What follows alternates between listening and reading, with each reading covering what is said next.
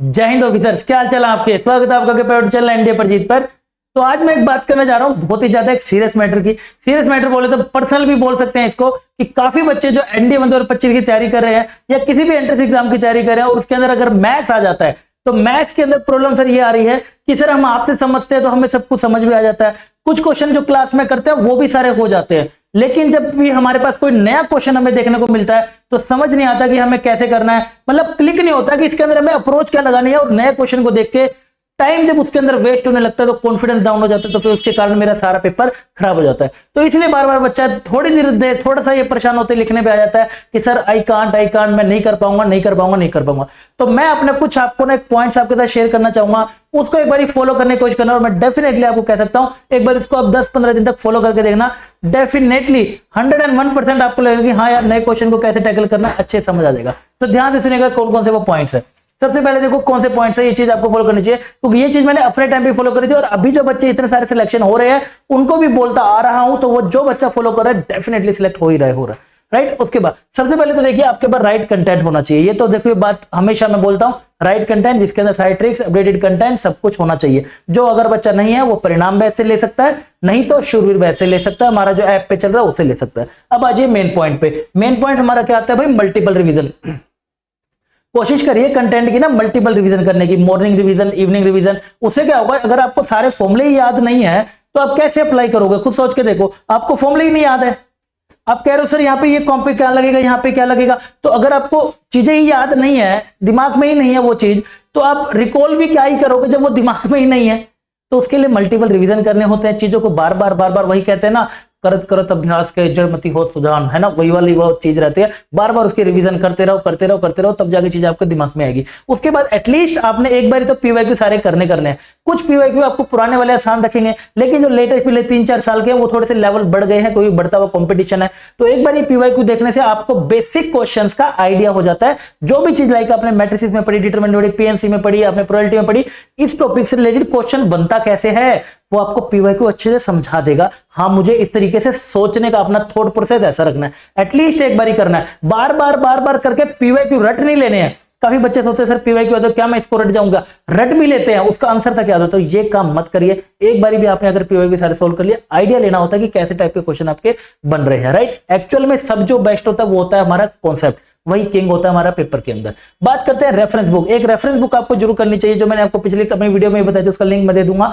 कौन सी best book है self study plan के लिए, उसका लिंक मैं नीचे दे दूंगा। वो लिस्ट सेल्फ स्टडी के लिए, उसमें से कोई सी भी रेफरेंस बुक आप जरूर ले लीजिएगा, उसके नए क्वेश्चंस को जरूर प्रैक्टिस करिएगा।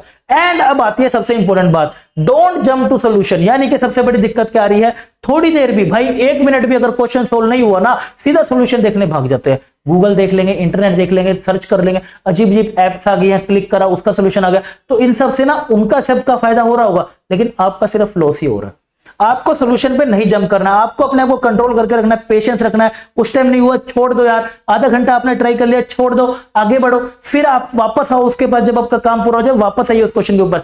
मैं क्यों बोल रहा हूं ये सब, क्योंकि मैं चाह रहा हूं कि आप ना थोड़ा सा आउट ऑफ बॉक्स सोचे। मैं क्या चाह रहा हूं, इवन आपको जो डिफेंस फोर्सेस आपसे चाह रही है कि आपको मैथ्स आना चाहिए, तो वो भी चाह रहे हैं कि आप थोड़ा आउट ऑफ बॉक्स सोचिए, क्योंकि जितना अभी आपको आता है उससे आपका क्वेश्चन नहीं बन रहा। थोड़ा सोचिए आउट ऑफ बॉक्स। हो सकता है उस टाइम ना क्लिक करे, लेकिन वापस में जब आप घूम के आ रहे हो शायद तब क्लिक कर जाए। जैसे वो क्लिक कर आपका वो क्वेश्चन होगा, और जब वो एक बार ऐसा क्वेश्चन सोल्व हो गया तो इसका मतलब आपके माइंड ने आउट ऑफ बॉक्स सोचना शुरू कर दिया। अब देखिएगा आपको सारे क्वेश्चन आसान लगने लगेंगे, एक कॉन्फिडेंस जो सबसे ज्यादा बूस्ट होगा कि हाँ यार मैंने सोल्व करा बिना नकल के, वो सबसे बेस्ट रहेगा। नेक्स्ट वेरी इंपॉर्टेंट चीज, ट्राई। वही वाली मैं बात कर रहा हूँ, क्वेश्चन की अगर पीछे पढ़ने वाली बात होती है, नहीं हो रहा कोई बात नहीं, उस टाइम छोड़ दो, बाद में करेंगे, पीछे पड़े रहो, फिर से ट्राई करो राइट। लेकिन सोल्यूशन नहीं देखेंगे, जंप नहीं करेंगे, क्योंकि अगर आपने अभी से सोल्यूशन देखना शुरू कर दिया, 2 मिनट नहीं निकला तो आपका पेशेंस तो गया। पेशेंस लेवल नए क्वेश्चंस के लिए तो आपका गयो, बिल्कुल भी आपको पेशेंस नहीं है। आपको अगर 2 मिनट क्वेश्चन नहीं आता है तो आप पैनिक में उसको छोड़ देते हो, आगे बढ़ते हो। पेपर में आपको नई क्वेश्चन फिर से देखने हैं, कॉन्सेप्ट सेम रहेंगे, क्वेश्चन आपके सेम नए आने वाले हैं। आप उसके ऊपर सोचिए, फिर से ट्राई करिए, फिर से ट्राई करिए, अपने आप आपका दिमाग आउट ऑफ बॉक्स सोचने लगेगा और जैसे क्लिक करेगा फिर सारे क्वेश्चन बनने लगेंगे। इन द एंड भी फिर भी कुछ होता है तो अपने टीचर से, जहां पर भी आप पढ़ रहे हो, अगर पेड बैच में वैसे हमारे शूरवीर में पढ़ रहे हो तो मेरे से डाउट क्लासेस चल रही है, वहां पे पूछ लेना। नहीं तो आप अगर स्कूल में भी पढ़ रहे हो तो स्कूल में किसी टीचर से भी आप डिस्कस कर सकते हो, वो कोई दिक्कत नहीं है। या ऑफलाइन में पढ़ रहे हो तो कहीं पर भी उनसे डिस्कस करो, क्योंकि टीचर से अगर आप एक चीज पूछोगे तो वो शायद आपको 2 चीजें 3 चीजें और बताएगा, क्योंकि वो इस रास्ते से पहले से निकल चुका है। वो 2-3 चीजें आपको और बताएगा कि आप इसको ऐसे भी कर सकते हो, ऐसे भी, तो वो आपकी हेल्प करेगा आउट ऑफ बॉक्स सोचने में। तो ये सब चीजें हेल्प करती है आपकी नया कुछ सोचने में और नया क्वेश्चन ट्राई करने में। एंड सबसे इंपॉर्टेंट जो आता है भाई, उसके बाद दीजिए टेस्ट। टेस्ट के अंदर कोशिश करिए कि आपके पीवाईक्यूज ना हो कि आप पीवाईक्यू को फिर से रटने पर आ गए। आप नए नए क्वेश्चन को ट्राई करिए और कोशिश करिए इन घर पे भी प्रैक्टिस करते टाइम टाइमर लगाइएगा। टाइमर लगा के क्वेश्चन की प्रैक्टिस करने की कोशिश करना। थोड़ा सा स्ट्रेस में भी आपको ना जल्दी, क्योंकि आप कॉम्पिटेटिव एग्जाम देने जा रहे हो, कोई छोटा मोटा स्कूल का एग्जाम नहीं देने जा रहे हो आप भाई, एंट्रेंस एग्जाम देने जा रहे हो। हमारा मतलब एंट्रेंस नहीं, एनडीए का अपना एग्जाम देने जा रहे हो, तो स्ट्रेस में मतलब कम टाइम मिलेगा आपको सारे से ज्यादा परफॉर्म करने का। तो टाइमर लगा के प्रैक्टिस करा करो, स्ट्रेस में थोड़ा सा काम करने की हैबिट होगी, जल्दी सोच पाओगे चीजें, आउट ऑफ बॉक्स सोच पाओगे चीजें। तो ये सब चीजें थोड़ी सी दिमाग में रखना और इसको फॉलो करने की एक बार कोशिश करना। एक नोटबुक बना के अपने टेबल पे भी रख लेना, इसको पेज पे डेफिनेटली देखना। आपका ना 100% आपको अभी तो नहीं, 2 से 3 वीक के बाद आपको लगने लगेगा कि हाँ यार अब मेरे से नए नए क्वेश्चन बनने शुरू हो रहे हैं। क्योंकि अगर आप ये सब नहीं करोगे तो देखो फिर से आपका पेशेंस खत्म हो रहा है। 1 मिनट के बाद फिर आपको सोल्यूशन चाहिए, 1 मिनट के बाद सोल्यूशन चाहिए, तो आपके दिमाग में क्या सोचा? तो जो फौज आपका इंतजार कर रही है कि आप आउट ऑफ बॉक्स सोचेंगे, ऐसे ऑफिसर बनने आ रहे हैं, तो कोई फायदा नहीं है इस चीज का, राइट। तो आई होप आपको अच्छे समझ आ गया होगा। समझ आ गया तो कमेंट सेक्शन में जो शेयर किएगा, दोस्तों के साथ भी शेयर करना। मिलता हूं आपको अगले अमेजिंग सेशन में, तब तक के लिए बाय बाय, टेक केयर, जय।